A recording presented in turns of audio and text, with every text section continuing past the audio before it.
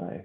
Good afternoon, everybody. Welcome to the August 10th meeting of the King County Regional Homelessness Authority's Implementation Board. We're coming to you both virtually and there at the Auburn City Council chambers, and want to give a particular thank you to Mayor Bacchus and the Auburn City Council for their hospitality.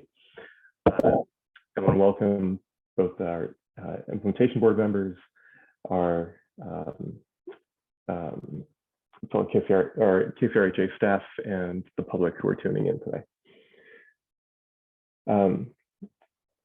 Before we get started, we'll do actually, why don't we go ahead and do a roll call? Parker, would you do a roll call for us?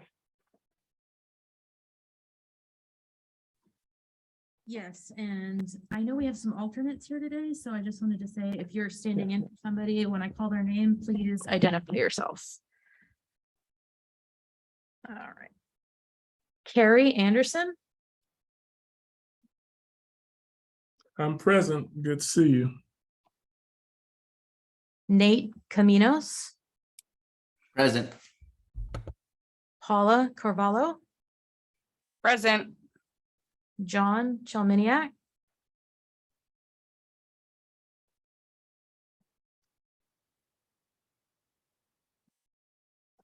Gordon McHenry Jr.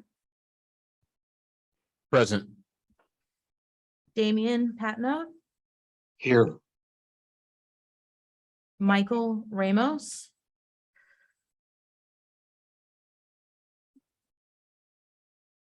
Simha Reddy. Here. Juanita Spotted Elk. Present. Sarah Rankin. Here. We do have a quorum. I know there are some people filling in though, and maybe you'd like to introduce them. I think and who's our alternate today for Harold? Who has stepped down? That's Okisha Brandon. Lamont? That's Okisha Brandon. Well, fantastic. Keisha, welcome. We're really happy to have you here today. And I believe we also have you, Lamont, of course, and Jaja Floyd is another alternate here with us. Yes, sir. Jaja and I are alternate. Fantastic, thanks. And so glad to have you as part of the conversation. For the public, Lamont, yourself and Jaja won't count towards quorum or voting during this session, but will be part of the conversation. So glad to have you there. And Nate Caminos asked us to just make sure that Michael Ramos is counted in the attendance as well. Okay, great. And before we jump into it, I want to take a moment to step back and remind us of two things. One, to share a land acknowledgement, and also to remind ourselves of our theory of change here at KCRHA. And to begin, I want to acknowledge that the Regional Homeless Authority in all of King County is located on the unceded traditional land of the Coast Salish peoples. We honor this land and its peoples past and present, and are committed to directing funding and resources to organizations led by and in support of Native and Indigenous peoples. I also want to take a moment to remind ourselves of our mission and our theory of change. That our mission at the KCRHA is to significantly decrease homelessness throughout King County using equity and social justice principles. And we believe that if we create a homelessness response system that centers people with lived experience of homelessness, then we'll be able to focus on responding to needs and eliminating inequities in order to end homelessness for all. So glad to have everyone here together. Today we're going to be, I also want to mention that in just a few minutes we will ask for public comment. So if there will be a public comment period in which each person will have 2 minutes for public comment, and we ask that you directly address a portion of the agenda. If you're interested in commenting, please type your name into the chat, and we will call on you. If you prefer to submit written comments, please go ahead and submit that into the chat as well. And for those of you who are there at on site, is there anyone in public? Or there in person, I'm sorry, let me rephrase that. Who's interested in present in public. Okay, thank you so much.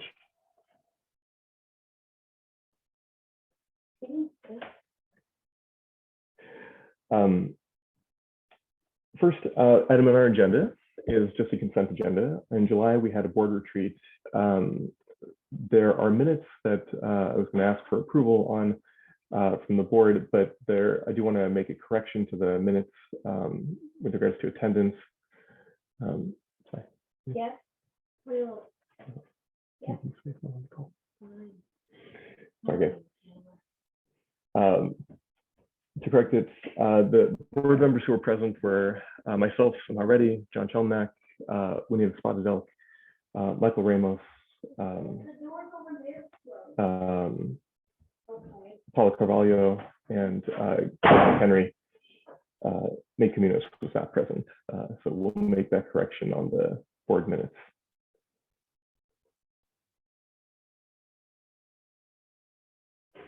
All right. Would anyone like to, is anyone available to? Motion to approve the July board retreat meeting minutes, Chair. Yes, please. Anyone have a second for that motion? I second. All right. All those in favor, say aye. Aye. Aye. Aye. Any opposed? I would abstain just and because I wasn't abstention. there. Yeah, I wasn't there, Okay, so I thank you, think Sarah. I should abstain. And I will abstain as well. All right. Thank you. All right.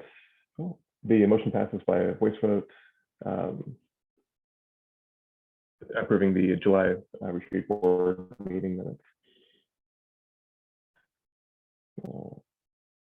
Thanks all.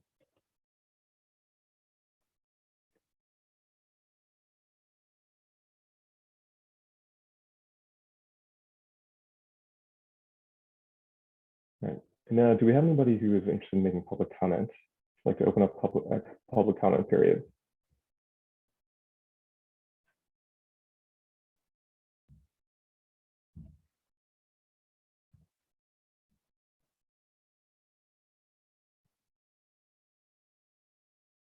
All right. Parker, is anyone waiting there? Oh, thank you. Michael Bailey reminds us that apparently the chat is right now disabled for non-panelists. If you have a question or comment, Parker, actually, can we open up the chat to non-panelists?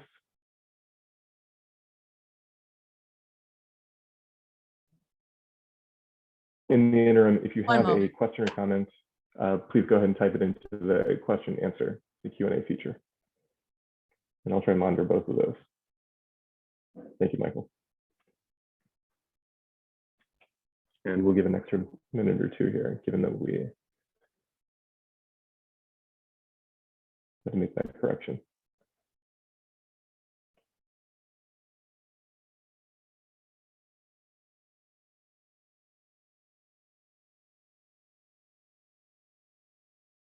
The chat is now open and it looks like we have Harold Odom would like to speak. And I saw one more hand raised. If you want to put that in the chat as well, I can pass that along.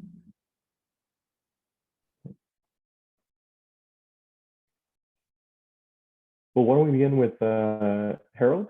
Parker, you can start in 2 minutes. Harold, thanks for joining us. Really glad to hear from you again.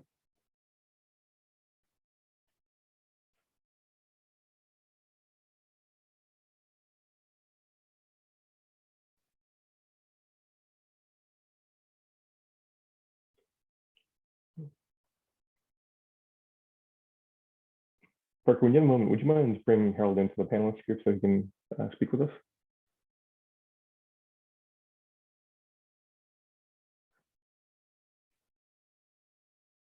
Harold, you should be able to talk.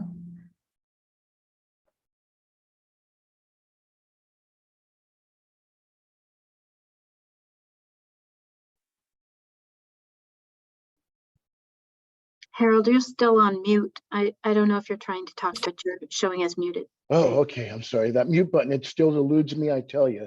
But this is a thank you just for allowing me to speak and be part of this panelist, and for allowing me as a King County resident and a member of the Lived Experience Coalition to advocate for those people who are most harmed and closest to the problem.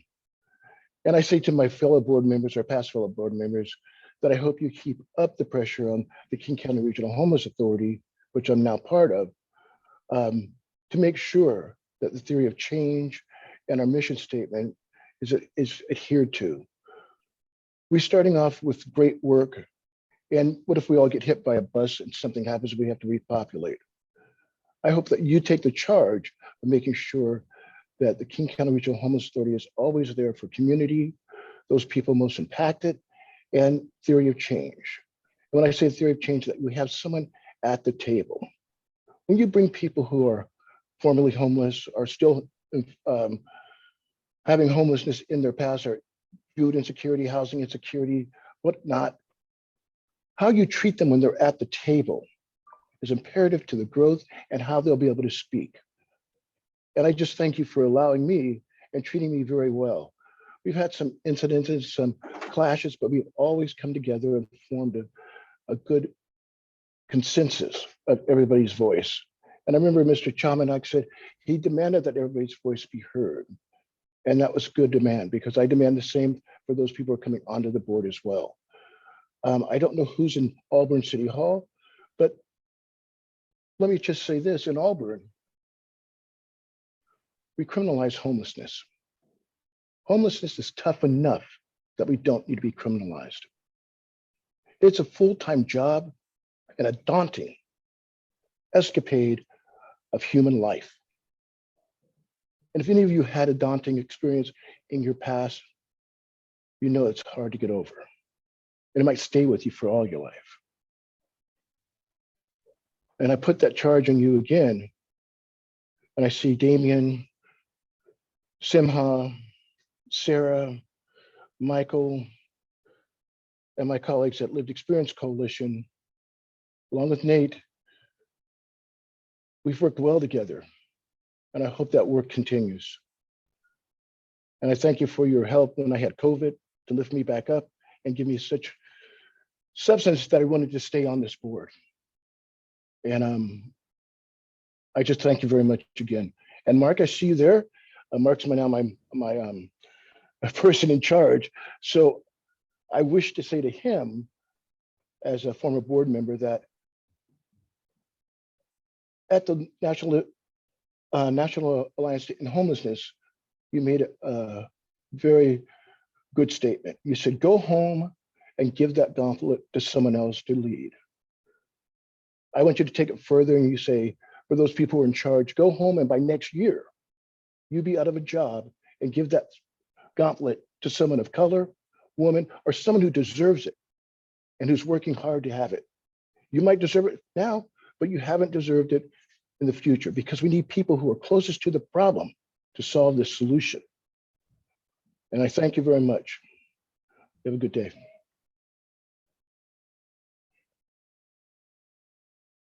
Harold, thank you. Thank you for sharing with us and for having been a part of this board for so long and helped shape it. So.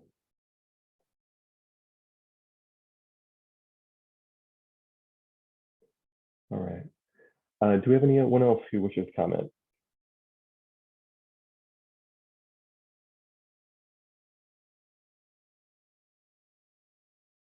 No other commenters. All right, great. And there was a question in the chat about making sure that minutes get a link to the minutes, but those will be posted to the website later on this meeting or shortly after. All right, thanks all. So next up is our going to ask for an update from our CEO, Mark Jones.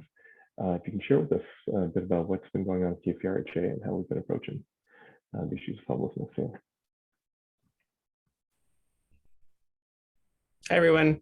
Can everyone hear me?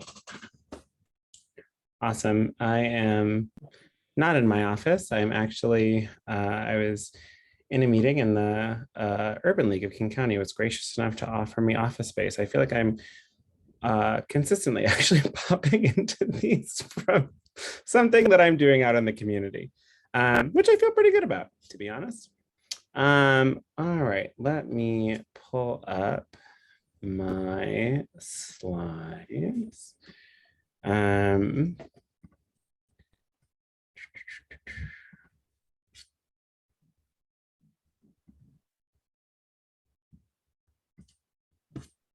Everybody see that? Okay.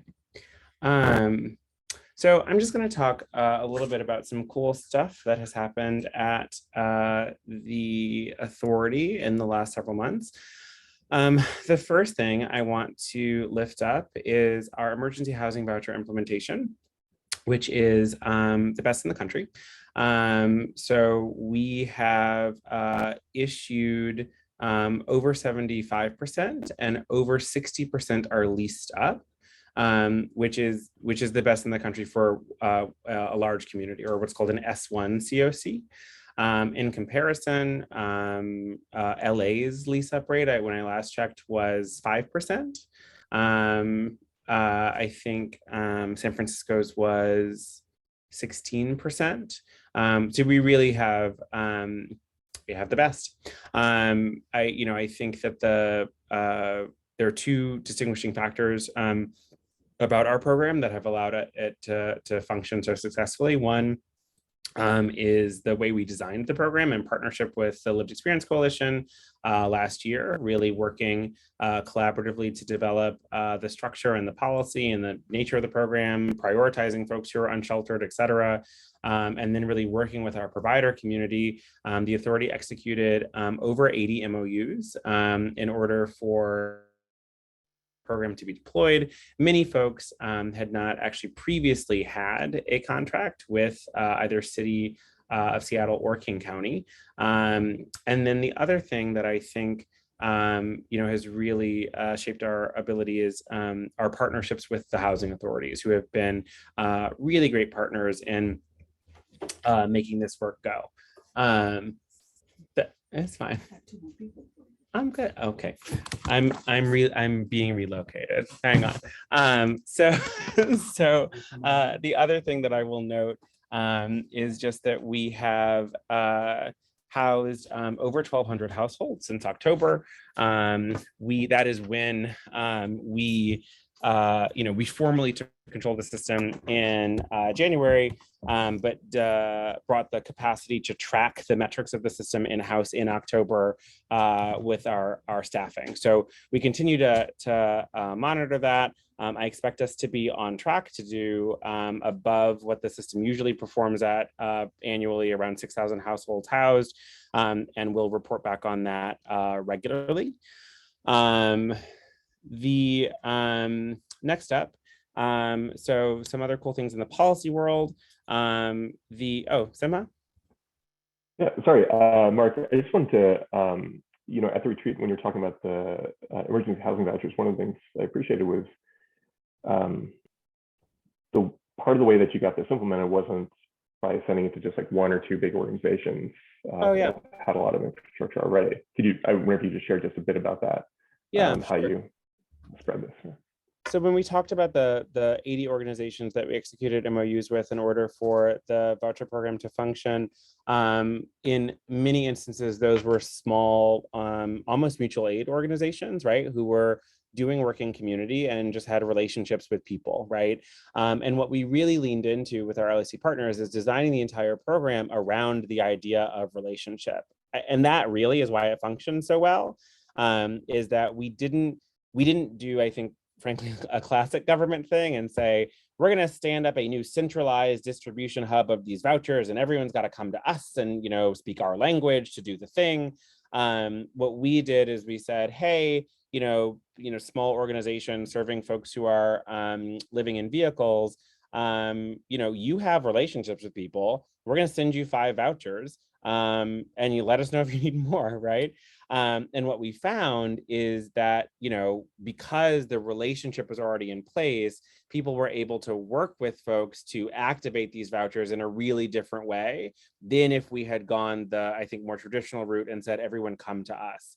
But to Simha's point, many of the organizations were quite small. And a number of them had never actually received a resource from City of Seattle or King County before. And so their MOU with the authority was the first time they'd ever executed an MOU with the government agency, and then received a sort of countywide resource or a federal resource. And I think that approach was extremely successful. I think the other thing that we did, now you got me talking, Sima. The other thing that we did is we did prioritize people who were literally unsheltered, and many communities across the country did not do that. And again, that was in collaboration with the LEC that we made that policy decision that, we needed to really work to bring people who were outside in. Because of that, what we were able to do is identify, and we all, I think, many of us who do outreach work of any kind know this, that there are a lot of folks who are living in encampments, living in vehicles who, are ready to be housed today, right?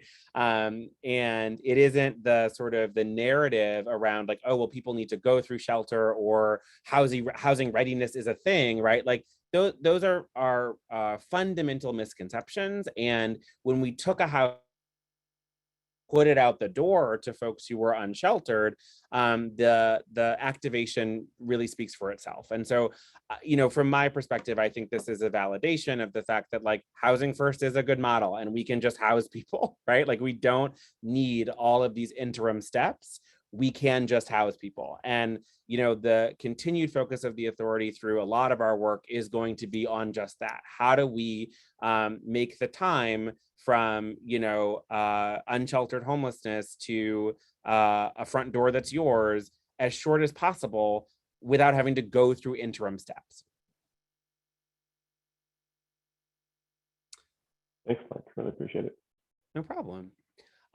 So in the policy space, our severe weather response framework, which we've deployed now across several incidents, most recently a heat incident. We continue to work really strongly with our provider partners to focus on helping people who are experiencing unsheltered homelessness and are at highest risk of negative impact or death, right? Be able to activate strategies near them, again, as opposed to saying, come to this place, right? Saying, how can we take the thing that you're going to need and put it out near you? We activated for the heat with our partners, our provider partners in the LEC, we activated cooling tents in addition to the regular sort of library, city hall strategy, et cetera. We did daily sub-regional calls to track the work across the county. We served well over 600 people across the locations, distributed water and a number of other perishables, so that folks in collaboration with public health, so that folks had access to those supports. I don't think folks know it, so it's a good time to talk about it. We have a duty phone that we implemented actually way back in January. And it passes between myself and the other leadership team members.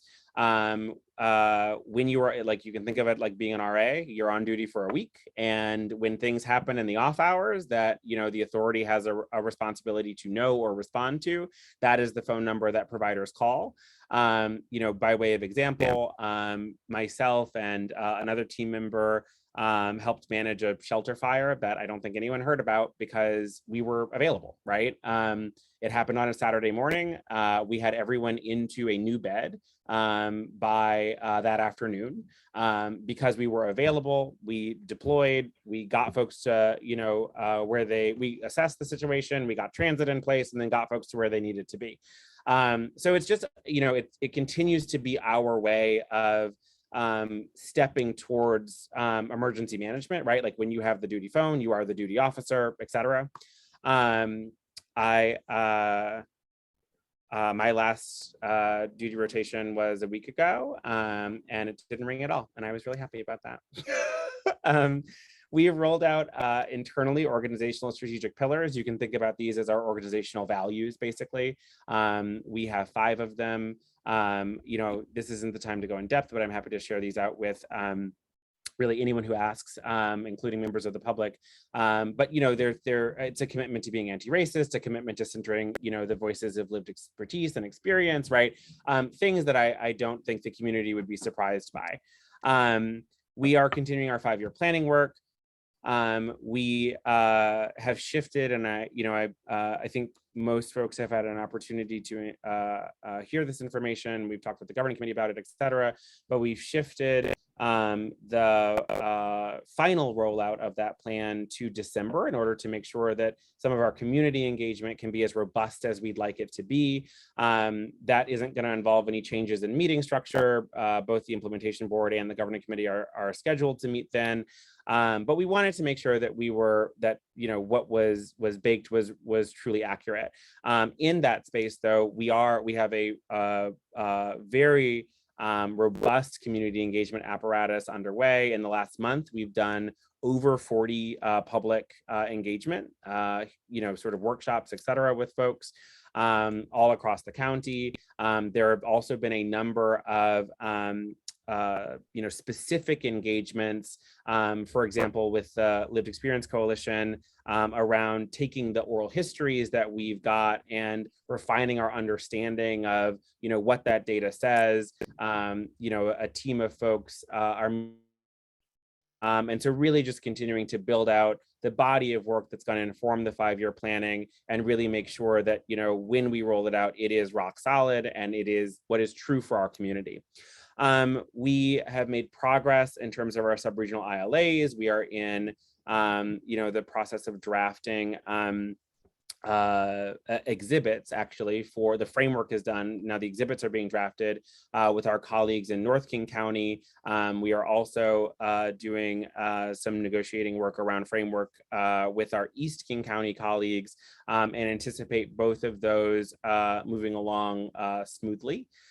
We have agreements in place with both Burien and Issaquah. Those are project agreements around specific, permanent supportive housing or other housing specific for folks experiencing homelessness projects. Really excited about that work. And, just excited, I think that this represents, from my perspective, and I think from our team's perspective, that we are really moving towards regionalism, right? That idea that there are just 2 funders, so how is it really regional?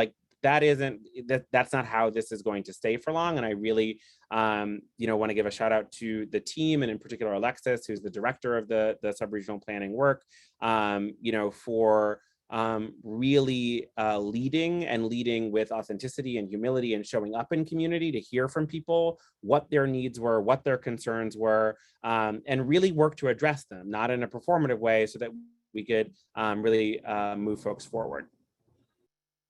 Encampment resolution, I think this is a thing that obviously folks care about quite a bit. So Woodland Park resolution that happened earlier this year, I think is something that we are pleased with how that went. It was a phased engagement over a number of months because of the size and complexity. Through our new work with WSDOT, we have resolved 2 right-of-way encampments. And for the public, that's just encampments that are in state rights of way. The work that we are doing there, I again am particularly pleased with, because in both instances, everyone at both those encampments voluntarily came inside, and we were really able to work with folks to identify what their needs were and get them rapidly placed. And we're going to be focused on driving again as rapid a placement into housing as possible, so that we're really able to keep that good work going. We are working on an encampment prioritization tool that's going to help us determine which encampments are we engaging with and why and in what sequence. That tool was developed internally and has had LEC and provider feedback. We're incorporating that feedback. None of it, there was no conflict. It was all super helpful. And very shortly, we'll look to roll that out. We're working now with our provider partners on what's called the Dearborn encampment, or sometimes the jungle. It's a very large encampment. Lots of folks who've experienced chronic unsheltered homelessness there. We're looking to support them in coming inside. We will also be doing the same thing down in the sort of Kent, Auburn, unincorporated King County area around Green River. And there are multiple other 40-ish person encampments that are being assessed and calendared out for this kind of engagement and support in coming inside. Sarah. Thanks, Mark. So in terms of the encampment process, I don't know if this might be part of the prioritization tool that you're talking about, but has there been any discussion about whether there would be some recommendations that the Regional Homeless Authority would put out for best practices to ensure that encampment residents are being treated humanely, and that their sort of interests are center stage in the process of encampment resolutions? I think it's an interesting question. We have not considered that. The tool considers things like that, and so I think what we could certainly think about is as the tool is finalized, having I don't know that we would need to develop separate guidance because of how the tool is structured. So it might just be like a sort of like values and best practices statement that goes with it. So that we're saying like, this tool does these things, this is why. These things are the best practices with the appropriate citations. Does that square? Yeah, I just think it would be, as whenever I'm thinking about encampments and the way that we interface with encampments, the things that I think about are, what does the procedure look like? What does the protocol look like? What is the, recommendation, right, for how, not only which encampments would be prioritized, but what the process of a resolution looks like. Yep. That would be, I think, a really valuable contribution. Yeah. I think the work that we're doing encapsulates those domains. And so maybe it's just, I think, punching up some of the language around the domain so that it's because for us, it's operational policy, right? And like working with our provider partners, the LEC, et cetera. So I think it's just maybe punching it up a little bit so that it's also, again, more of a consumable document, I think would be what's in order then. So on the data front, we have completed a regional landscape database that is the most complete collection of information on who is serving folks experiencing homelessness with what that has ever been collected. It is a searchable database. So for example, you could open it and say, I am looking for an authority contracted provider in East King County that serves women and will take pets. And it will tell you who will do that, right? You can also search for non-authority contracted providers, right? Because we do not fund everything. So it is truly, I think, the most complete. We are in process of putting it on a timeline to make it publicly available. Currently, it's an internal tool. But obviously, I think, it's our team recognizes this is of high value to the community. And so would like to see it publicly available sometime within the next several months. There will be a group that will begin to convene across a number of different stakeholders, cities in the region, authority, HMIS, et cetera, to come together and keep it current. They'll be convening, I believe, every other month to, sort of walk through and ensure that the information is still the same and, make sure that there are any updates or make sure that any updates that are necessary get made so that, folks will always be able to use this and rely on the information, and it won't be, well, this was published in 2022 and now it's 2024 and who can say if it's true or not. Our 500 plus oral histories, again, are in analysis in partnership with the Lived Experience Coalition. The modified point in time count that was our understanding on sheltered homelessness project did yield a statistically significant increase in folks who are experiencing unsheltered homelessness. We believe that largely to be because the count was better, not because there's necessarily a significant increase.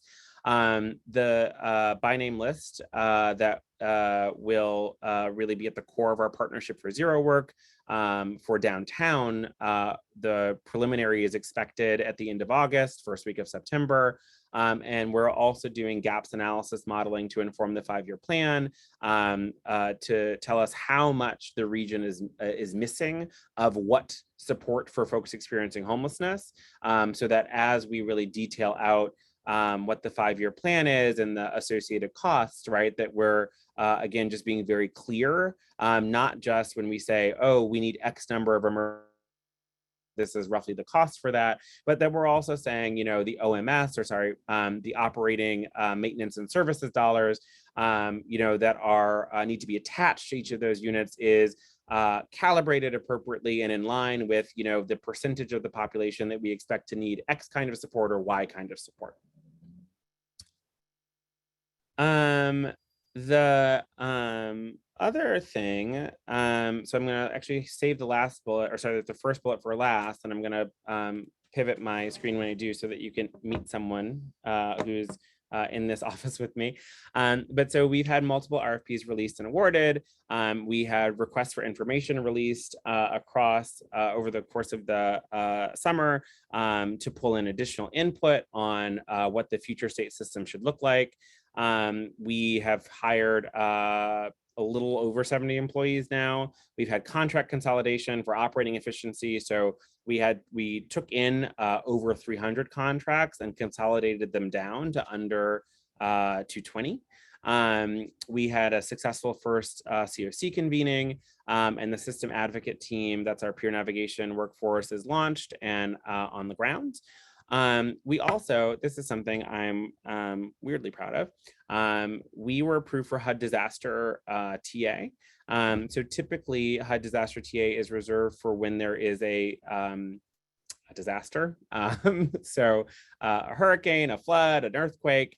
And we asked for that team's help in standing up the unified command center, the rehousing command center, right at the heart of the Partnership for Zero, the team that's going to do the work every day to figure out how, like, who's on the list, how are they coming inside, right? And we were approved, which is really neat. And so the leader of that team, David Canavan, has been in town yesterday and today doing meetings with key stakeholders. It's why I am at the Urban League. We were just meeting with a group of providers to hear from them about what they really think about the project and what they need to be successful. And I wanted to give David an opportunity to introduce himself to you all, since his trip aligned with this board meeting. So I'm going to pass it over to him. This is not weird at all to meet you all this way, is it? This is just the way life works now. Nice to meet all of you. Well, glad to have you. As Mark mentioned, my name is David Canavan. I work with the U.S. Department of Housing and Urban Development and have been in my role as a TA provider to the Office of Special Needs Assistance Programs for about 20 years, and I've been leading the disaster team for about 15 years. And looking forward to taking some of the learnings that we have discovered inside of catastrophic disasters into the work of rehousing individuals and households experiencing homelessness. We, if you have been on HUD's office hours, weekly Friday office hours, during the beginning of COVID, I was on many of those Friday afternoon calls. My team has been on point for COVID policy around homelessness since the beginning. Our work also incorporates wildfires and hurricanes and other kinds of outbreaks before COVID. So we've had an opportunity over years to understand that there are ways to bring urgency to this work that activate opportunities to address the systemic friction that housing kind of accrues as it moves through the bureaucrats to the different systems across the different portfolios. And in the last 12 months, I'll say, we have taken an opportunity to look at some of the practices HUD has learned during COVID. You've seen HUD waive a tremendous amount of regulatory components to respond to community need. You've seen the EHV program. You've seen the flexibilities that have worked in different ways to different degrees of effectiveness. But hopefully your experience is one that HUD has been willing to try new things during this moment of need. And I think this is continuing in that same vein of bringing these resources to this community. My team is the one and only team on this for the United States. And so subscribing part of the team to a community that is not experiencing a catastrophic event is a significant investment by the department. And we're looking forward to seeing how we can help to bring some clarity to HUD's expectations here to make sure that they are as simple and as smooth and frictionless as possible. And working with partners across the portfolio to really expedite movement into housing and seeing housing first actualized in a way that lets us clearly understand that it's working and that folks are experiencing that rapid placement into housing. I'm going to stop there. I'm happy to answer questions. I'm happy to talk more after this. I'm physically in your jurisdiction now and will be for another 5 hours, and then I will be back in September. But I'm happy to talk virtually subsequent to this, if any of you would like.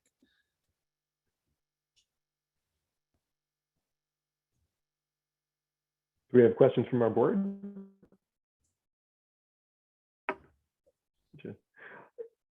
There was a reference to sort of a command center. What does that mean to have you here providing TA? And sure. So a fundamental component of emergency response, in my experience, is presence, physical presence. When there is a catastrophic event, often our telecom infrastructure is impacted. Cell towers come down, phone lines come down, and many different community-based organizations at the federal, state, and local levels are engaged in life-saving activities. And the capacity of those organizations to coordinate remotely is limited. And so the project management approach that emergency management authorities use is called Incident Command System, or ICS. And critical to that approach is this capacity to put decision makers in a room together to execute services, to make determinations about how to deploy assets.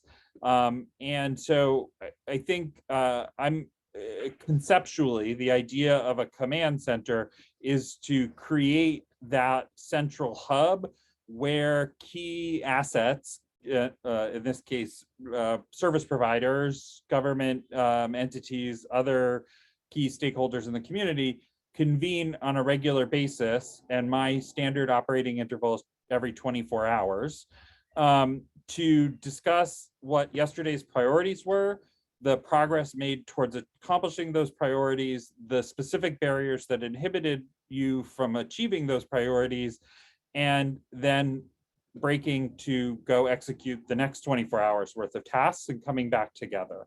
So that kind of conceptually is how I would think of a command center, though if anybody else, I know you all have different experiences here. Unfortunately, I don't yet know many of you, so if others want to chime in, I'm happy to be quiet.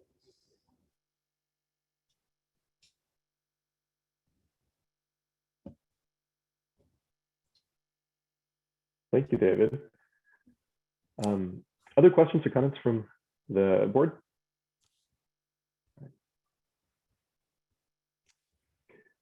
All right. Any other? Okay. Yeah. I'm sorry, were you gonna say something? Oh no. Go ahead, Mark.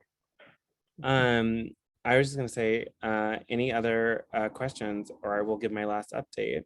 And then I have to head with David to a meeting with a state rep. Actually, one quick question before you move on to the next piece. Rebecca Roy, somebody in attendance, is asking about how the regional landscape database will interface with the 211 database. That's a or good, 211.28. Yeah. that's a good question. I don't have a good answer to that right now. 211 is not under under us in any way, shape, or form. And so I think that we can certainly think about how to partner with 211. And thanks for raising that so that we can look into that, Rebecca. Appreciate it. Okay, my last update is just that we have additional revenue. So we, through our work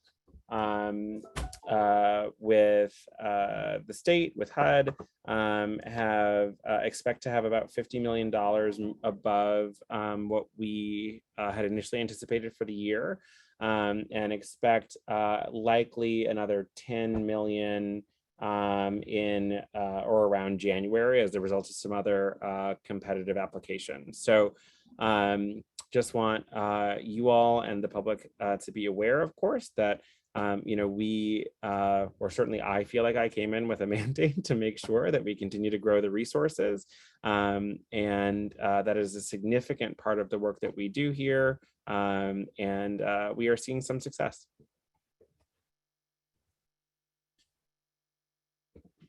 All right, thank you so much for the update. I just want to take a moment. Anybody on the board with questions? Last thoughts or questions for Mark? All right. Or David. Oh, go ahead, Gordon. I just want to say today what I said at the retreat. I think this format where Mark informs us and therefore the public on activity and successes or milestones against priorities on a recurring basis is helpful to the work, and I think also important for the hard work of the staff of the regional authority as well as all the providers that are represented in these accomplishments. So I would encourage them to continue to do this on a recurring basis. Thank you. Thanks, Gordon. Absolutely. Lamont? Yeah, I just want to really thank Mark and his team. Thank Mark and his team for really leaning into the theory of change and centering, folks with lived experience. Aaron, Katara, Alexis. I mean, so many of the staff have been wonderful. The new system advocates have been really showing up at the Friday meetings. And so it's just really nice to see this partnership and to see that when we do center people with lived experience and our unhoused neighbors, that we get better outcomes. So thank you, King County Regional Homeless Authority, for your partnership. Thank you. And I just to echo something Lamont said, so it's like just hyper explicit. Like, again, our emergency housing voucher program is the best in the country because we just partnered with people to build, right? Like it is, you do just get better outcomes. It's not ideology, it is best practice to do it this way.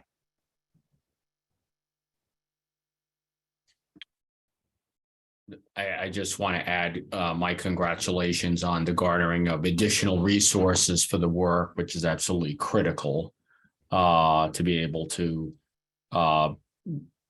build systems and to address a greater number of situations of people experiencing homelessness.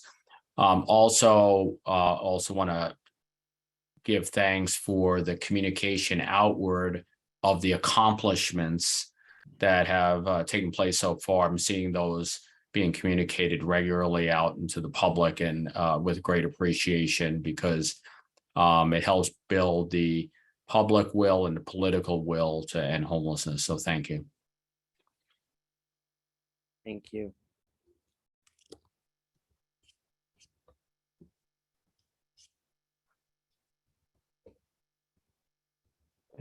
Okisha Brandon. Yes, hello everyone. I am very appreciative of the pretty much everything that Lamont just stated and things like that. I appreciate Mark Jones for the presentation. I think I don't want to be the negative Nancy in the room, but I also feel like it is important to also just ask someone with the experience to acknowledge what there is to still work on, so that because it's important for people that are still living in these troubled times to know, hey, I'm still heard, and you're acknowledging what my barriers still are and the things I'm still going through. So while you're still working and accomplishing a lot of amazing things for the community, can you acknowledge what you're still working on and that you've heard the things that I talk about that I still need that support in? Like, like just kind of a reminder, like we have done a lot of great things, but we're not done. And this is what we're still working on. Yes, we've heard you. And, these things are what we have in the process. So people just know, like, yeah, we're celebrating our wins, but I hear you. No, we're not done. So those are just things I would like to hear as well within these conversations. That's helpful. What I didn't add to today's presentation, but can certainly include in future presentations, and I believe was in communication we sent out to the board, but you wouldn't have been on this distro list because of your recent appointment as an alternate, is just like the things that we're working on over the next 6 months, right? And so while that wasn't part of today's presentation, what we will include in the future as response to that feedback is just, and here's the stuff that we prioritized for our next, half a year or quarter, in order to ensure that we're, making sure that folks hear that. I think the other thing, I need to think about this because I don't have a good way to do this. But I think the other thing I'm hearing in your feedback is like how to lift up the things that maybe we aren't moving on, right? Because we don't have the resources, or we can't, we haven't found the appropriate vehicle, or to lift up some of those kinds of challenges. So let me noodle that with the team, and maybe I'll ping you offline also to see if you have any thoughts about how best to frame some of that. Yes, thank you so much. No problem.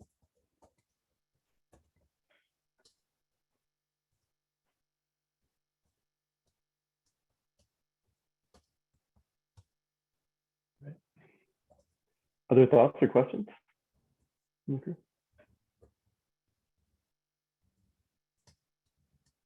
Thanks, Mark, and thanks, David, for joining us as well today. I particularly like the way David sort of talked about this idea of friction, right?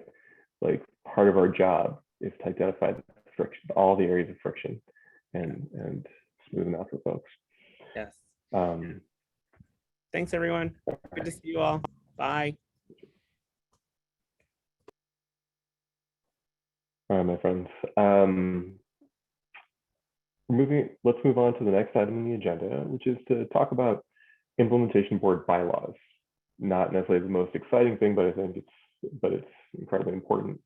As a bit of background, the implementation board operates under the interlocal agreement, which is the original framework that brought together City of Seattle, King County, Sound City Association, Lived Experience Coalition, to create sort of the Regional Homelessness Authority.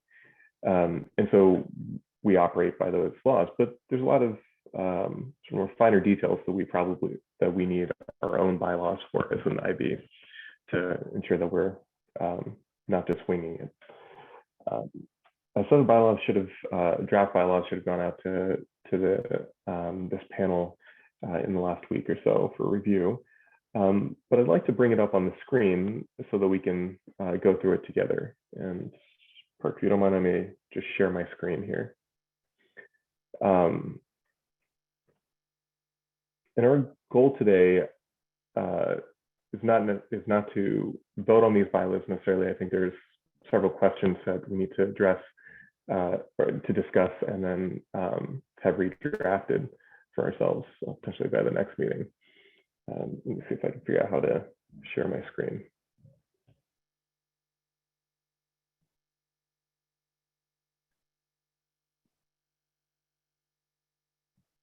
All right, can folks see this?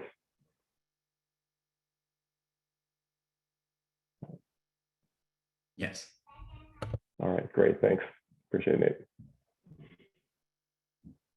So this is our a draft of the King County Homeless Authorities Implementation Board bylaws.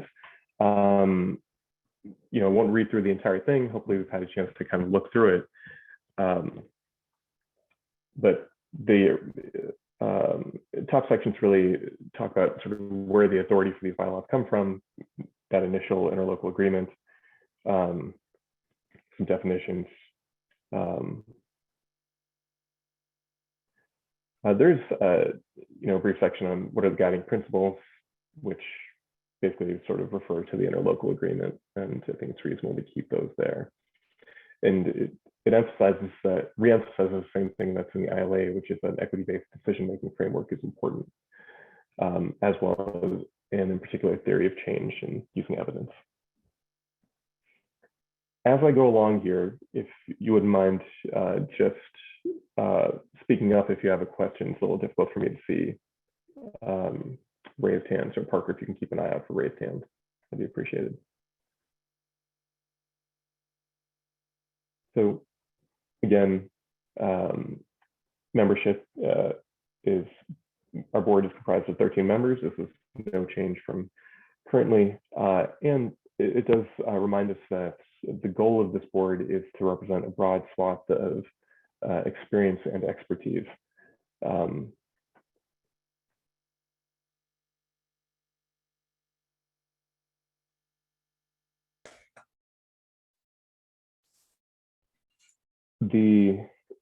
In terms of the implementation board terms,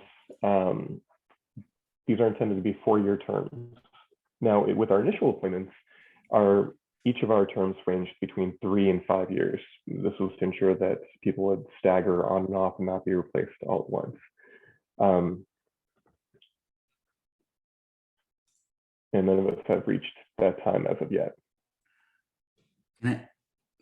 Chair, so I'm not sure if you're able to see Sarah and I's hands too, if we're raised, or we need to say that audibly for you. Oh, great. Oh, sure. No, thank you. I can see it now. Sarah, do you want to go first there? Sure, thank you. So one of the things that I noticed, because I've been looking a little bit at the draft of the bylaws for the implementation board compared to the draft for the governing committee. And I know that those are obviously two totally different things, but one of the things that struck me that is not in the language here that is in the governing committee's bylaws is the centering of the LEC in board membership. And so I just wanted to sort of flag that as something that I think would be good to import from the governing committee's bylaws to our draft here.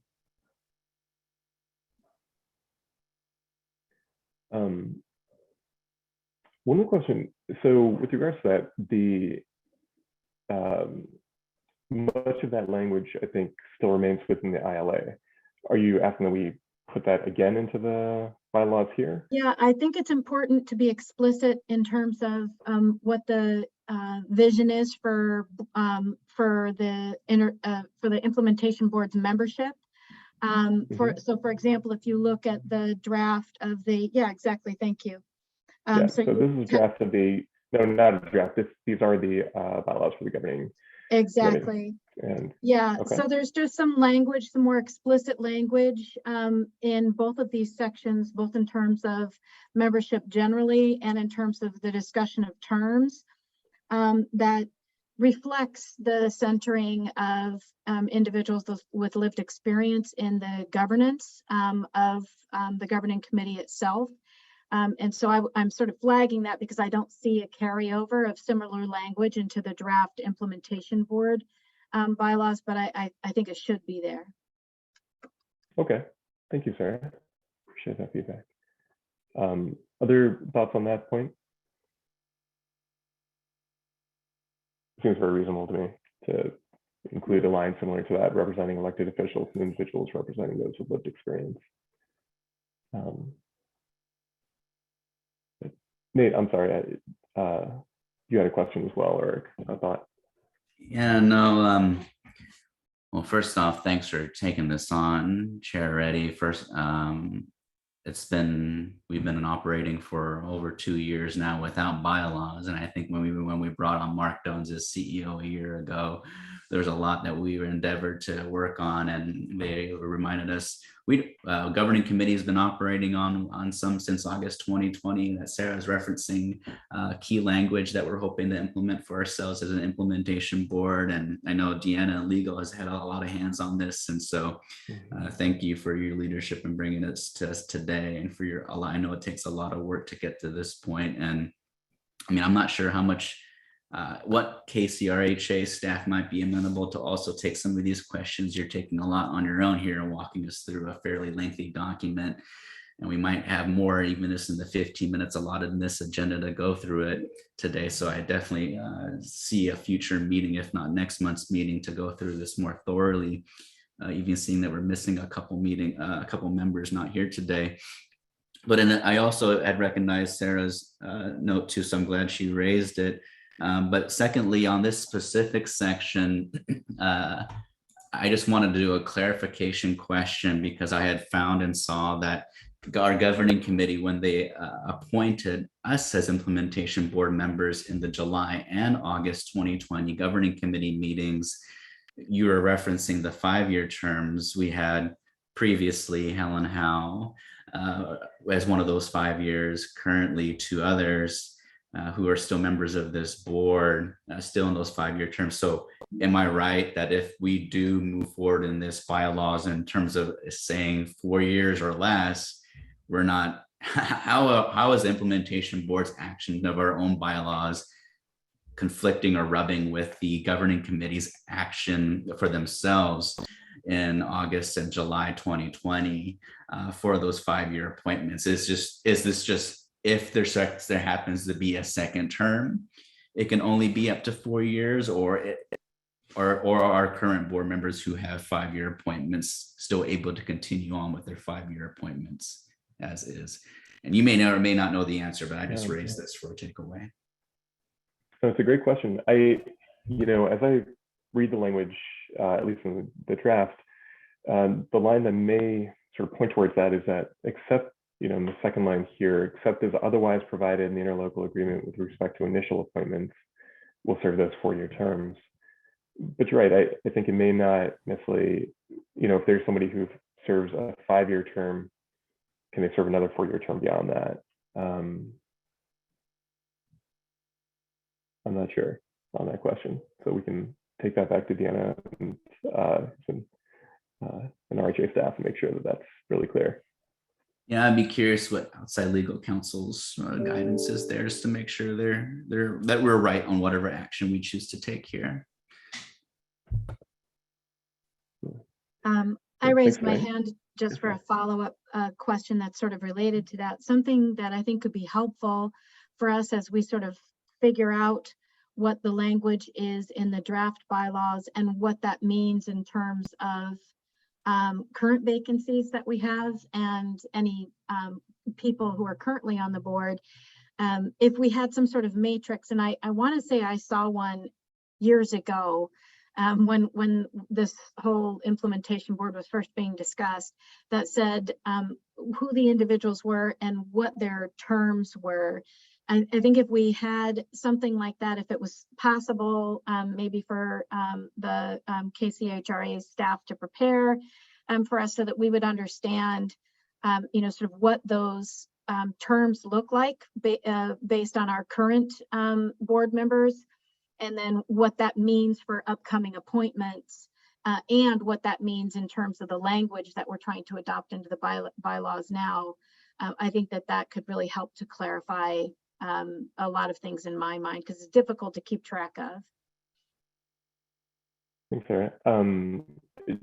I've just kind of pulled up what I thought was the relevant portion of the interlocal agreement, the original document, and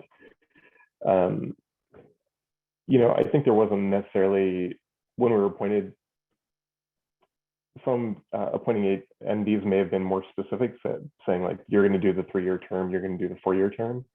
Unless I'm recalling differently, I don't know that the Seattle City Council did that with myself and Paula. But it is broken down by, the Seattle Mayor had a 4-year and a 5-year person. City Council had a 3 and a 4-year, et cetera. So we should be able to sort out that matrix for you. And then I saw your hand up. I think you're on mute still. There's one last point. I'll speak more to this when we get to the vacancy section, because eventually we'll let you get past the first page of this draft, Simha.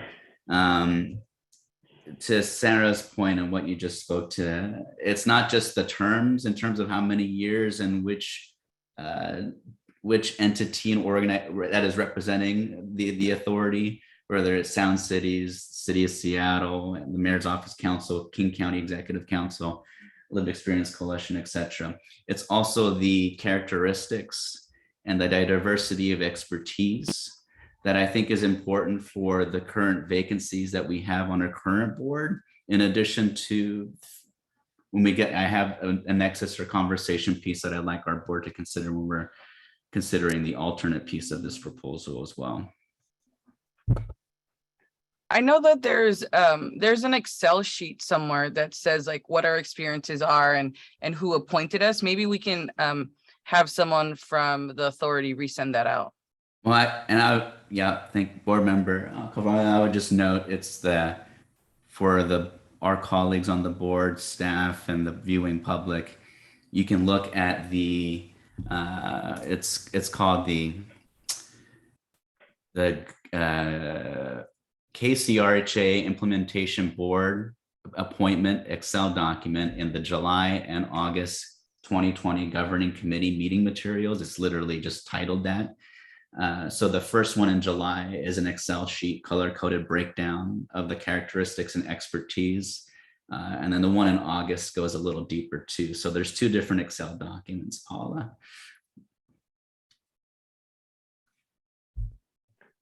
Thanks, Nate. And for anyone who may not be familiar with it, that sort of mix of skills, expertise was sort of an experience was laid out in the ILA, which I've got up on the board here for us. So not necessarily needing somebody from every one of these backgrounds, but hoping to at least represent many of them. Chair Simha? Yes, please. Gordon. Yeah, Gordon here, and I have a observation, maybe a concern. I'm in section 202 of the draft. 4th line from the end of that paragraph, it talks about that a board member should be removed with or without cause. And so I guess I'd like a little, not necessarily today, it could be from council, but I'm a little concerned if there's phrases about without cause. In terms of removing someone from an appointed board of service. So that sort of caused me concern.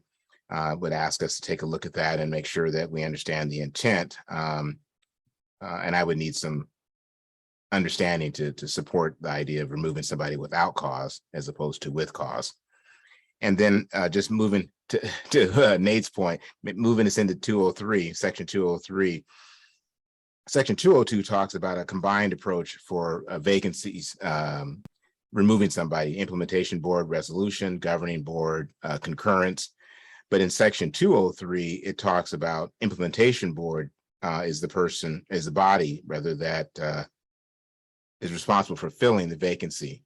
So my question is for us, do we want it to also express the intent that the IB is involved in filling a vacancy, even if the final action is by the governing board? So those are my 2 observations. Thank you. Yield back. Thank you, Gordon. Gordon, would you mind just clarifying that last question? With regards to the in the filling of vacancies, at least as it's written now, we sort of, reference back to the original ILA that used a process in which the governing committee had a nominating committee use that matrix and essentially nominated each of their the governing committee members nominated people to the IB and through the nominating committee and were approved by the GC. Are you suggesting that we should consider asking for a role or having a role in the selection of fellow IB members? Oh, thanks for that. And it could be that I was too fast of a read. I do see that sentence that says any vacancy shall be filled in the same manner as the original appointment. So that does give me comfort. I just perhaps need to reflect a little more on sort of this duality of roles when we have an implementation board and a governing board, but we're talking about a vacancy on the implementation board. And then original, I assume I'm wanting to think it includes future appointments, because the original, we're still in this original, as Nate talked about, we're still operating from the original per the interlocal agreement. So I just probably need a little more time, and I just want to flag for my members that fellow members that I want to make sure that the language works when we have a planned or unplanned vacancy. So it could be a term expiration, or it could be somebody, who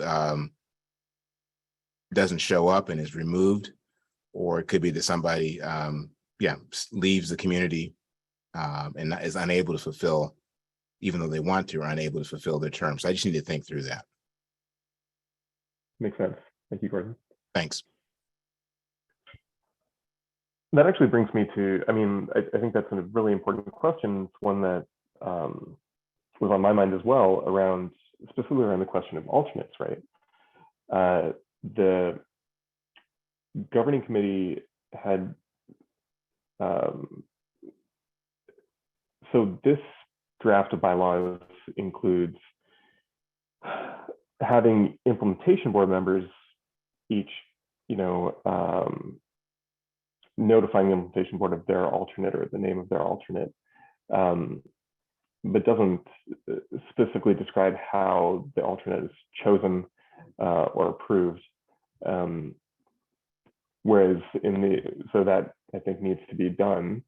In the governing council, the governing committee had a similar kind of issue, but they solved that problem by having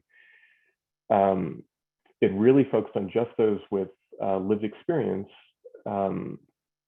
having alternates, and gosh. Well, You have the right language reflected there. That's section 2.04. Yeah, so this is for the governing committee. I'm sorry, Nate, I saw you as well with your hand up. Yes, thank you, Chair. So I recall this and I rewatched it only because I think most of us were sworn or were voted upon and appointed as implementation board members in the July meeting, and so I watched the August governing committee meeting. And it was at that meeting that the governing committee was considering amendments to their bylaws. So it was my understanding that they had already operated up to that point by having no alternates except for those from the lived experience coalition representatives of that body. But they did field a proposal from members of that governing committee and had then adopted an amendment to allow alternates for that entire body. And so I wanted to raise that because I had read this section here and put a lot of thought into it that I wanted to make sure I shared with members of this board. And, I recognize that we are all doing this on our own time here, and this isn't our day job like our elected official counterparts in the governing committee. However, I am concerned about setting precedents in these bylaws by allowing alternates for any implementation board members that are not lived experience coalition representatives of this body. I think most of us have attended a vast majority of these board meetings since we were founded 2 years ago. And while our meeting frequency and perhaps workload at times in quorum needing votes isn't what it was like, as well, I'm worried about the potential slippery slope of having a large rotating board in the future. You know, we are inherently a board of 13 with only 10 seats filled at the moment, which we were hoping to get addressed sooner than later. But when we are, we could potentially have 26 different people with the same voting rights here showing up.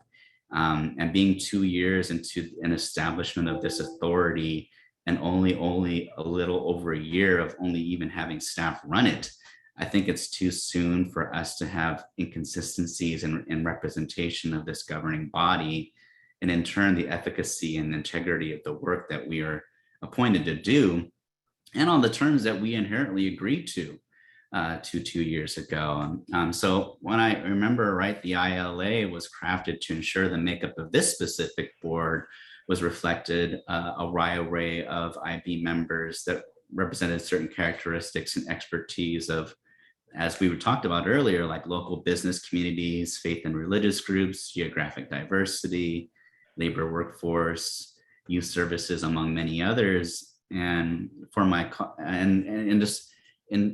for those who are looking at that document, that if they're able to online, and of course I hope that these bylaws and these documents be posted to our website for this meeting as soon as we can after today. I know that this is raised again when this was raised by the governing committee for themselves in August 2020. The way that they discussed it for one another was this could be easily resolved. For the city of Seattle mayor, they could have a deputy mayor fill in for them should there happen to be a pressing issue or a conflict. Like the King County executive could have the deputy executive or someone from their executive leadership team be present. A Seattle City Council member or a King County Council member could have a fellow elected council member be an alternate. Those made sense in the way that they agreed to that for themselves. But I raise this because who decides for us in the way that you wrote your notes in this document? Or what parameters are we giving ourselves should we decide to move forward with allowing ourselves these alternates? The proposed language here doesn't seem to address that, and it's unfortunately a concern for me. Like, I'm a delegate for the Sound Cities Association, so I asked SCA the question, and they responded that if we took this action on this implementation board, that organization would take nominations among their members and appoint an alternate for me. But like, what's the process for the mayor's office, the King County exec's office? How does the city of Seattle City Council decide what an alternate is for their members and King County Council?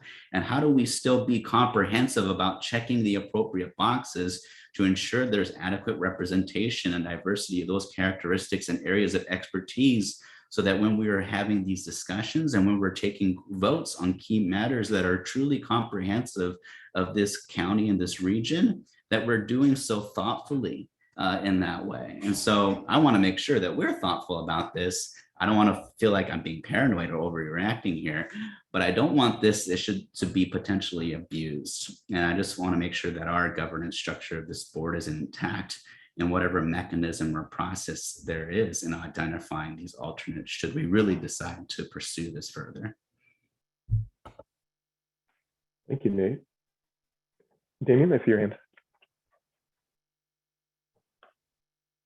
Just to back up for a second, like I always like to try to think of what's the problem that we're trying to solve. Are we trying to solve a problem that's a one-off, person's missing one meeting, or is this essentially having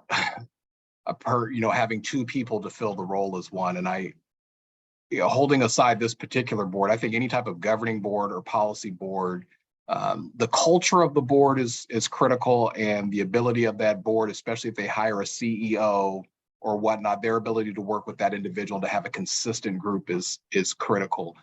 And I think that as people are coming on to this board or any type of board of a similar nature, that if you can't commit to being there, then maybe you're not the right person to go on the board, rather than having two people coming in, and the continuity and coherence of the work is hurt, I believe. when that is the situation. And so I concur with a lot of the points that Nate made. And again, just really want us to think about what problem are we particularly trying to solve with this language, but getting to that 30,000 foot level, going to the balcony for a second. I just don't think it's good for a board's culture and their ability to work with the CEO to have just different folks in and out based on a particular person's schedule. Thanks, Damien. So I think what I'm hearing is, you know, to help ensure the stability of the board, kind of a free-for-all around alternates may not be the most effective approach. And but there is still, sounds like, support for having alternates similar to the GC for the Lived Experience Coalition. Is that a fair assessment, Damien? Nate? Sarah? Okay.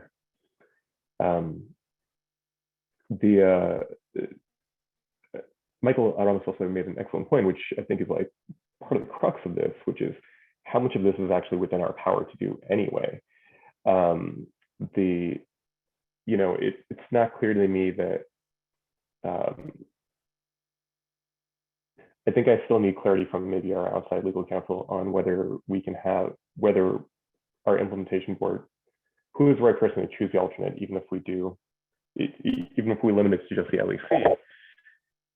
Is it the individual LEC members who would choose their own alternate? Is it the LEC? If the LEC has a particular slate of alternates, does that need to be approved by the GC? Which might be the, you know, having that alternate slate might actually be the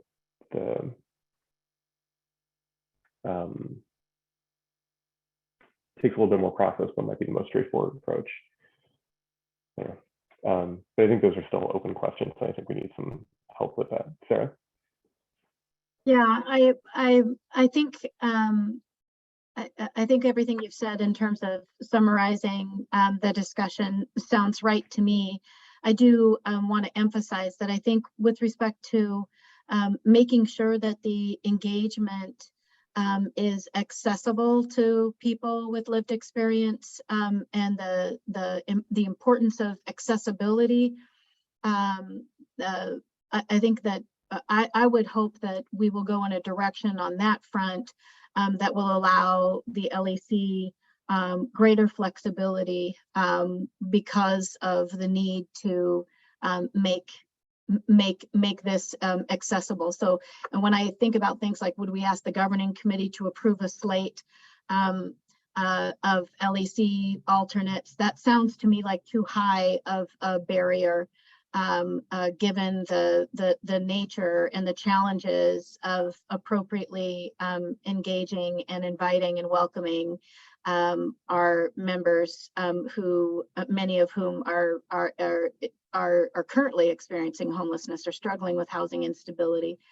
So I just put that out there to say, I appreciate the conversation that we're having. I totally agree with all of the sentiments. But when it comes to alternates that could be designated by the LEC, I hope that we will be especially concentrating on making sure that we prioritize accessibility, so that we can successfully and really openly engage our members with lived experience. Thanks, Sarah. I know we're getting short on time and there's just another minute or two here, but I'm wondering if any of your fellow members from the LAC, Keisha, Lamont, Jaja, have any thoughts on that, this issue of alternates? Yeah, I would agree with Sarah. I think more and more as we support, you know, our unhoused neighbors and people to be on different boards and commissions, things can suddenly happen. You know, given the situation of coming out of homelessness. And so having some flexibility would be good. Usually we have a group of people that are serving as alternates. Currently for this board, it's me and Jaja. But I agree with Sarah that having some flexibility is nice, although our intention is that alternates are tracking, they're, you know, either attending the meetings, watching the meetings. So, you know, there isn't a lot of catch up that needs to be done and folks are informed. Okay, thanks a lot. Well, this is a really good discussion, and I think there's more to ponder on, but I do want us to actually, Juanita. I just want to add, when the 3 seats were filled on the governance board in the beginning, the alternates were added in that work, and at that time there was no objection, and so I think we just reflected that governance board.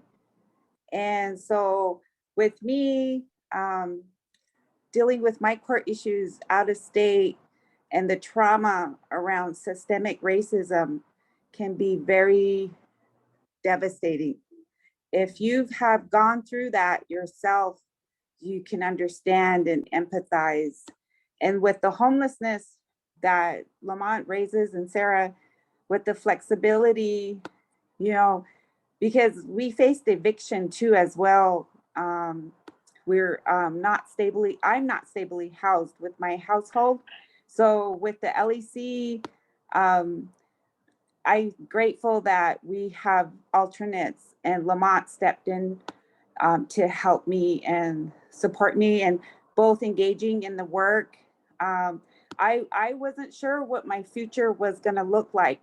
Anybody who faces any type of homelessness or deals with systemic racism and the trauma that goes along with all of that, you don't know, I didn't know what kind of future I was gonna have, just because of the instance, you know, not being stable.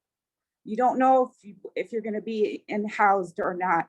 And with all that trauma, it's devastating.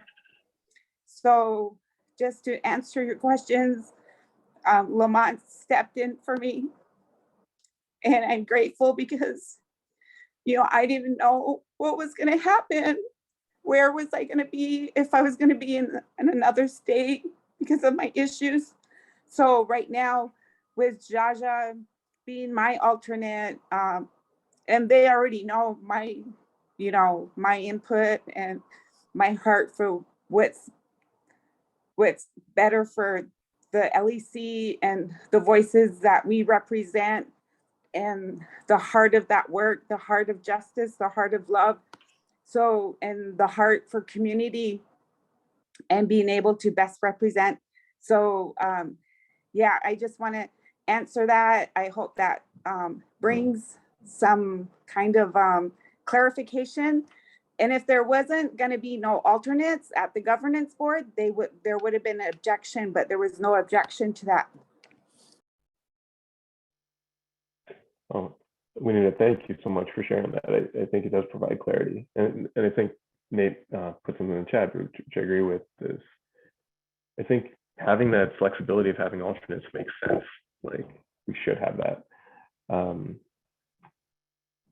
Maybe between now and our next session, I can get some more advice from our outside legal counsel on how, like, both on some clarification earlier on around language, but also how we can ensure this kind of, ensure that we can have alternates and that flexibility as much as possible, and whether or not we have to have the GC approve or not approve. But why don't I go back to them, get as many answers as we can, and put this on the agenda for the next session, if that's okay.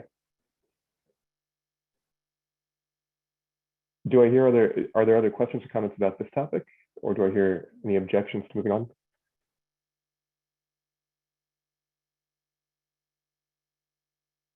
I'd like to come back to you with more expertise than I've got on this. So thanks, y'all. Appreciate the discussion. This is really, really helpful.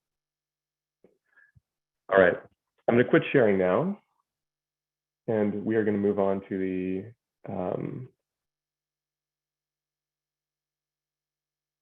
next section of our meeting.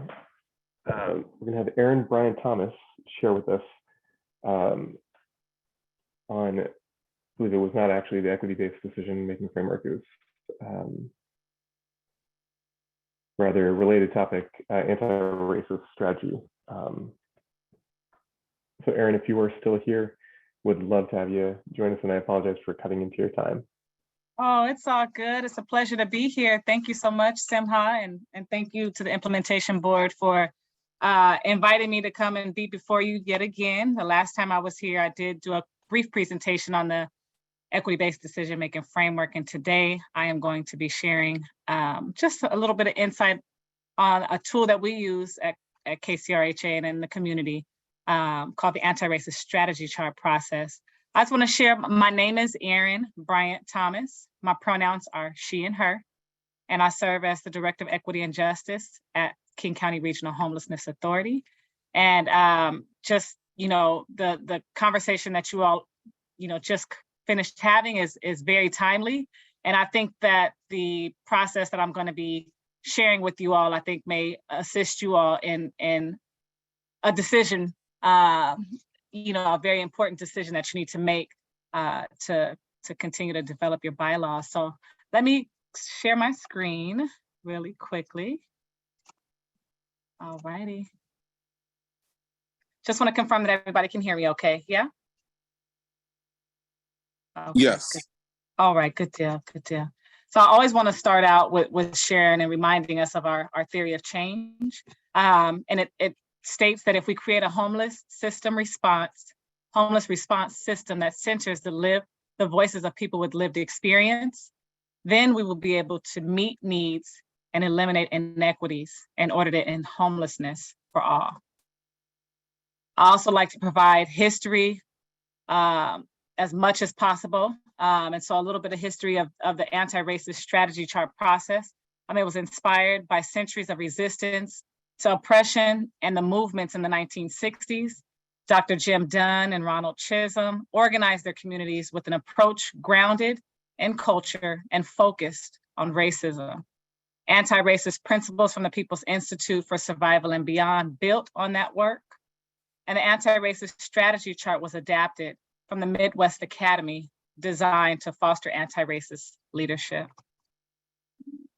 And so the organizing principles I just want to share, and I know that the Lived Experience Coalition has also adopted these principles and many other places within our communities, utilize these principles to ground them in their work. And so the first principle is to undo racism, right? Racism is a critical barrier to building effective coalitions for social change. So it's important for us to be centered on undoing racism.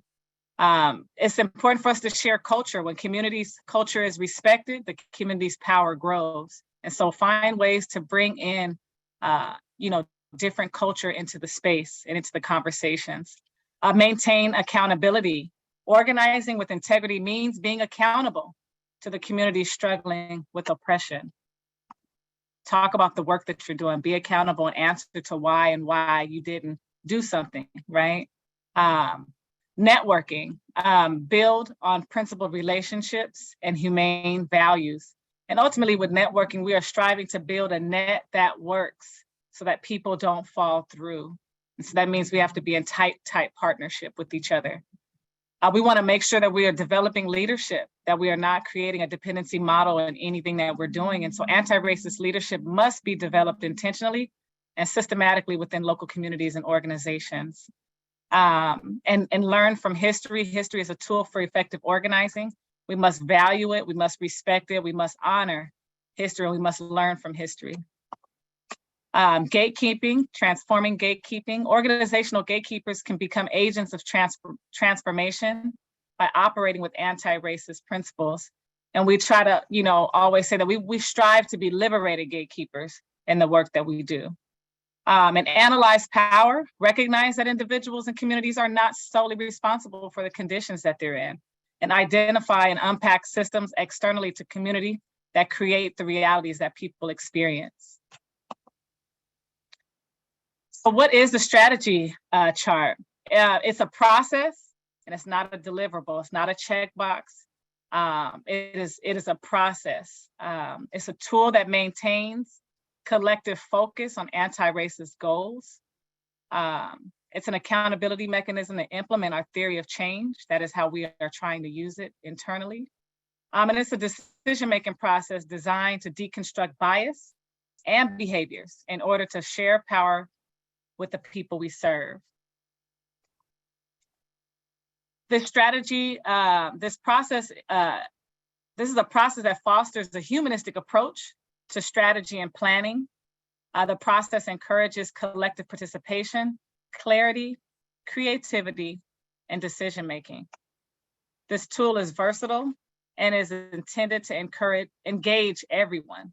It is used by community groups, families, government entities, philanthropy, social groups, and etc.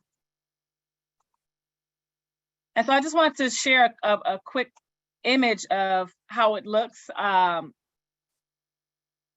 ultimately how it is utilized. It's a conversation, right? But these are the categories that we use in the process.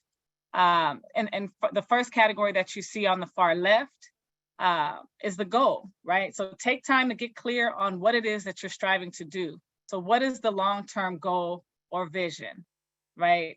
And I'll just ask, folks that are on the board, if you can, just really quickly in the chat, just share, like, what are some things that you have to make decisions around, right? Is it budget decisions? It's decisions around alternates, right? So just think about what are some of the things that you have to make decisions on, and what are some of the goals that you all have set out for yourselves.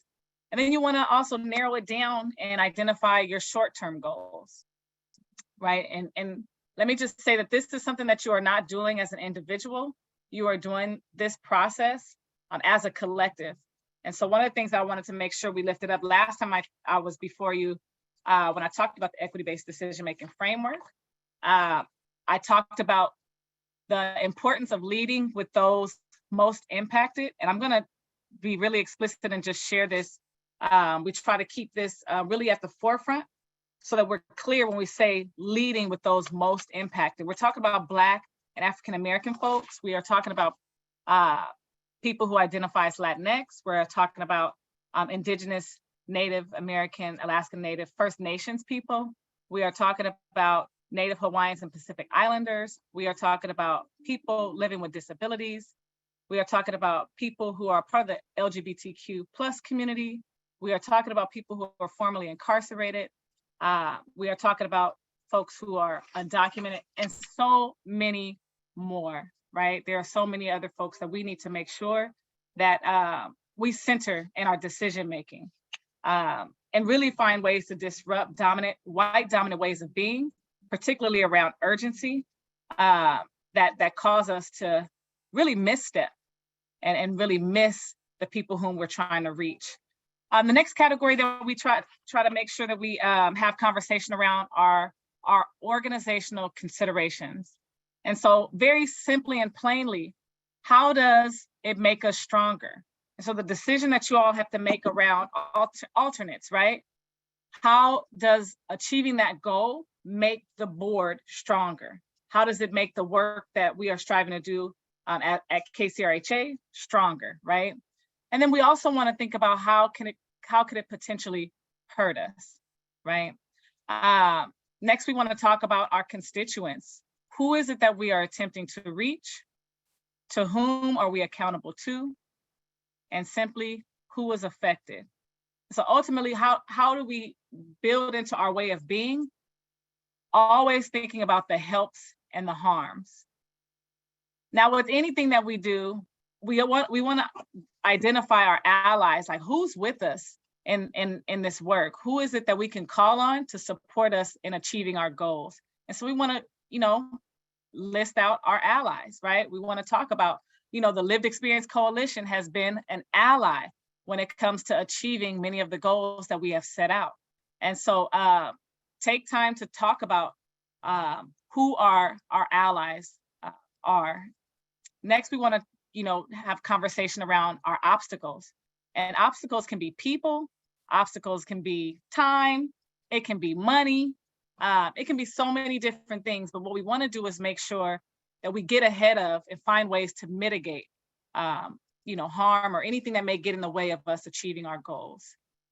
Next, we want to talk about, what are some of the resources that we have? And resources are time, resources are money, resources, technology, people, food. I mean, all of those things you want to just take time to list out. just so you can be mindful of things, additional asks that you may have to do. I think we have to get really scrappy in this work, and our community really needs us to really show up in ways that are innovative and creative. And when you take time to think about what you have and what you need, I think those are great ways to have high levels of consideration in order to achieve our goals. And lastly, you take time to talk about your tactics, your timeline, and who's going to do what.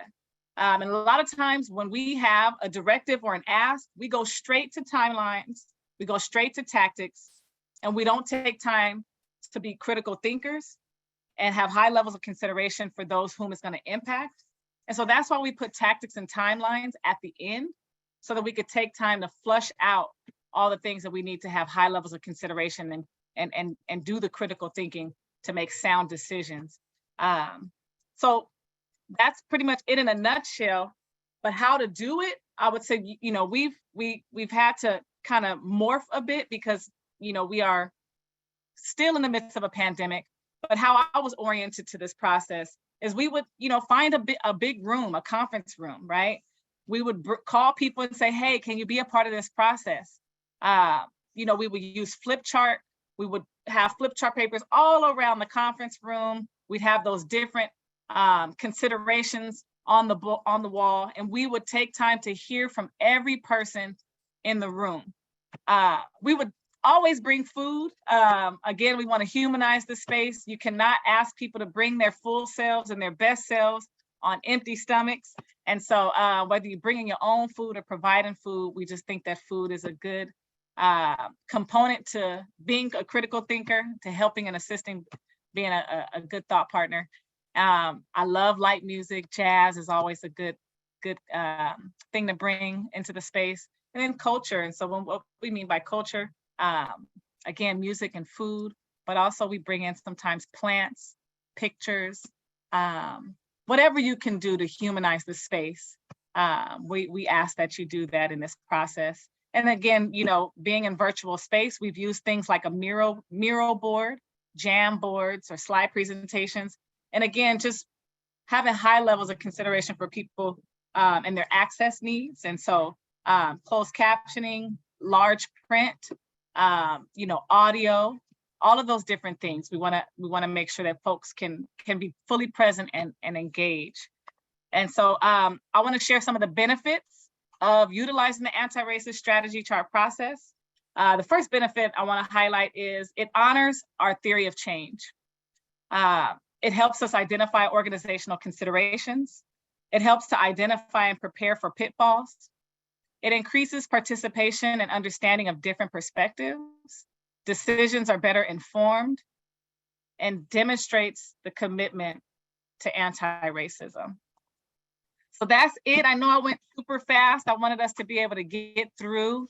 I want to leave space for questions if folks have questions. But we are in deep partnership with the People's Institute for Survival and Beyond, who have been our teachers in this work and understanding what it means to be anti-racist community organizers. We see ourselves as organizers at KCRHA, and we see ourselves as community members. And the People's Institute has been great partners and teachers, as well as the Lived Experience Coalition, and really leveling up our understanding and our analysis when it comes to serving the community and being in the community and really sharing power. Thank you so much for your time. And if it's all good, I can take a few questions. If not, my contact is there and you're welcome to reach out anytime. Lamont, I see your hand. Go right ahead. Well, Erin, I have to say something. The LEC, we're just so thankful for you. You all, Erin has been so supportive and facilitated the LEC through some key decisions that we had to make utilizing the strategy chart process. And it was powerful. It was transformative. And so I really encourage our implementation board to really delve into this anti-racist strategy chart process, because we really just get better decisions, and it brought us stronger as a community and collective. So thank you, Erin, for all your support, and also the People's Institute Village of Hope. Thank you so much, Lamont. And you really bring up another good point. I think it is important to also have a person to help kind of usher you through the conversation so that folks who are a part of making the decision can actually be really present in making the decision. And so if I can ever offer support, you're welcome to call me in and say, hey, Aaron, I need you to come in and support us in this process, in the anti-racist strategy process, so that you can be, really present and make sound decisions. Also, if you ever need access to some of our connections and contacts with folks, please reach out. We are striving to, build our Rolodex, but really just, we don't want to miss out on engaging with people and talking with people. And if there's any way that we can support the implementation board, you all are really blessed to have folks from the Lived Experience Coalition. And so, but if there's ever, certain groups of folks that you'd like to gain access to, just give us a holler and we'll share those contacts with you. Okisha, hi, good to see you. Go right ahead. Yes, I am very thankful that you shared that today. It actually was one of the highlights of my day so far, because it's important for the community to see this model, but also, and when you touch on it, but you didn't say it directly, but still, like, even just creating that culture in that space. Another thing too is, and I think we brought it up in a meeting maybe 2 years ago. I'm not sure exactly what board it was on, but as far as the way that seating is, when you come into a space and you see a lot of people that look like you or come from a situation similar to yours, or even just a melting pot of people, culture, etc., and we're all sitting amongst each other with our own created individual identities and backgrounds, but also you don't see a head person that you can walk into the room and say, okay, that's the facilitator. We're all sitting amongst each other, that you wouldn't even be able to pinpoint the person that's going to be the speaker of the day, which shows that we're in this together, we're going to discuss this together, and no one is above or below anyone. That's right. That's the greatest feeling. And I just want to, and that's why I always speak to the board, that's what we want. We want to be not just included, but alongside. You know what I'm saying? Like, this is a partnership. This is us working together. There's no me without you. There's no you without me. We're all a part of this. So I just think that was just a very powerful piece that you shared, and it should be consistent. It should be something that everyone wants to have with the work that they do. So I just thank you for always, bringing that up and reminding us of this model. And I just hope that people really adapt to this a lot more, because it's such a powerful tool, and it's inviting and it's welcoming, and we're going to not, I don't say shape or mold, but we're going to be able to welcome more people in and do more work this way. So that's all. Thank you so much for saying that, Okisha. And I just want to really lift up Juanita and Harold both for really advocating for this presentation and to share this tool, right? And it's a way of being. It literally is a way of being. Juanita, I see your hand, please.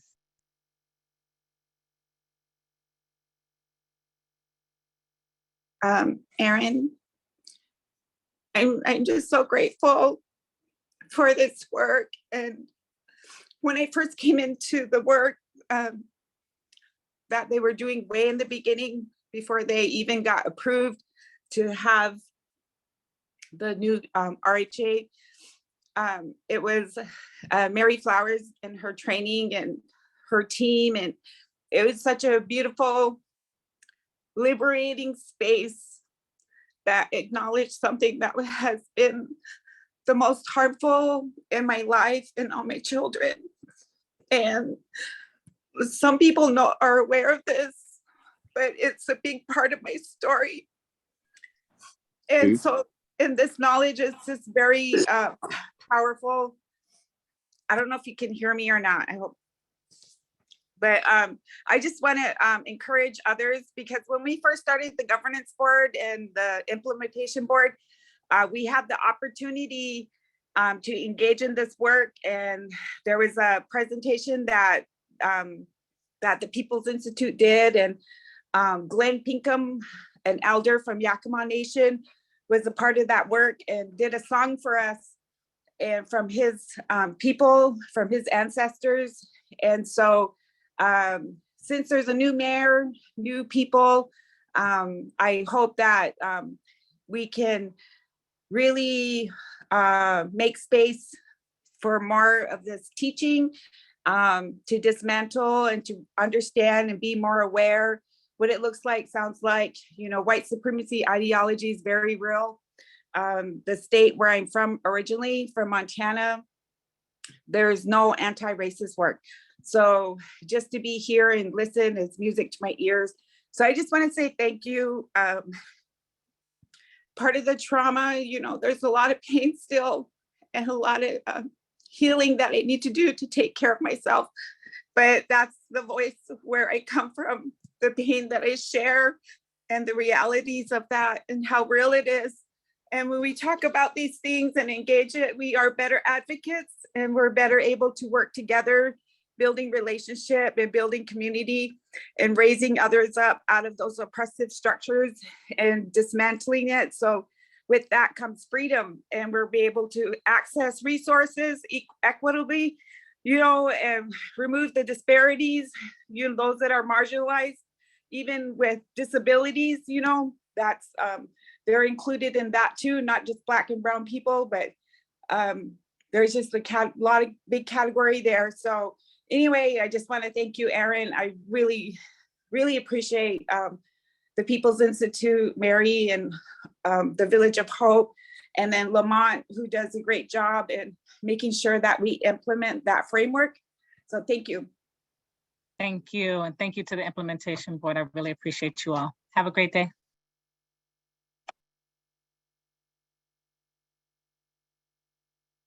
Thank you so much, Aaron, and to the rest of the implementation board. And Aaron, we may take you up on that offer to help us come facilitate at some point, if that's all right with you.